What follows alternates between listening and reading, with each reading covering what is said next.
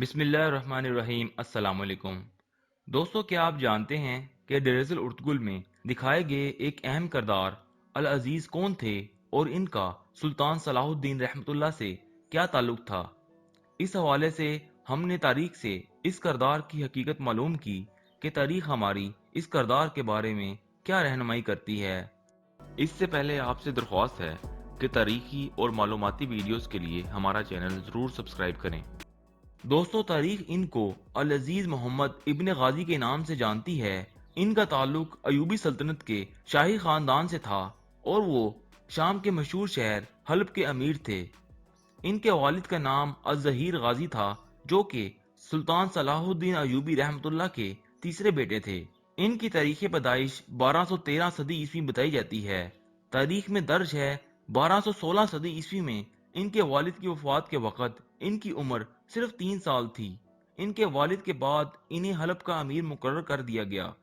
ان کی کم عمری کی وجہ سے نظام حکومت چلانے کے لیے ایک مجلس شورا قائم کی گئی، جس کی قیادت ان کے والد الظہیر کے ایک قابل اور وفادار مشیر شہاب الدین تغرل کے پاس تھی۔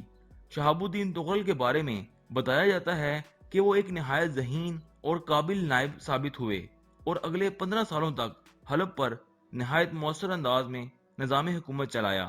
17 سال کی عمر تک العزیز کی حکومت کی باغ دور عملاً شہاب الدین تغرل کے پاس تھی۔ 1230 عیسوی میں 17 سال کی عمر میں حلب کا نظام حکومت عملاً العزیز نے سنبھالا، لیکن انہوں نے شہاب الدین تغرل کو اپنا نائب برقرار رکھا۔ ان کا دور حکومت بہت مختصر ثابت ہوا اور 1236 عیسوی میں صرف 23 سال کی عمر میں ان کا انتقال ہو گیا۔ تاریخ دان ان کی موت کو قتل قرار دیتے ہوئے اس کا ذمہ دار سلطنت کے اندرونی اختلافات اور سازشوں کا نتیجہ قرار دیتے ہیں۔